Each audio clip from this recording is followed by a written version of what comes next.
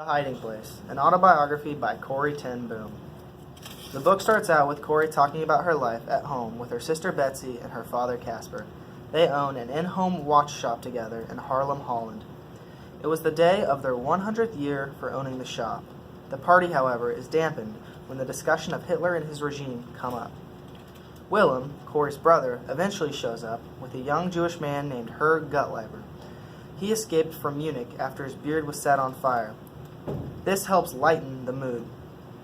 The family stayed in the beige, which is what they called their home that sat above their shop. Corrie became the first licensed female horologist and begins to deliver watches to her customers. At the same time, Germany's forces have invaded Holland, and the people are forced to live under new rules and regulations. Corrie immediately decides to take care of and help the Jews, once she becomes close with several of her Jewish customers. A secret room is created in the beige to house as many Jews as possible. It is hidden behind a bookshelf, and the operation becomes very dangerous. The Gestapo eventually raid the house and arrest the family, even though the secret room is not found. In prison, Corrie becomes ill and is put into solid confinement, separated from her family. She soon learns, after a period of time, that her whole family has been released, besides her and Betsy. She also learns by a letter that her father has sadly passed away 10 days into imprisonment. The prison is eventually evacuated, and Corrie and Betsy are reunited. They move to Vught, a camp for political prisoners. Their time in camp is used to pray and share the word of the gospel to fellow prisoners. As the threat of an Ally invasion looms, the women were moved to Germany in the notorious extermination camp Ravensbrück. The conditions are terrible and labor intensifies. The barracks, however, are not as closely supervised, so Corrie and Betsy were able to lead worship services. Betsy then became extremely ill and passed away.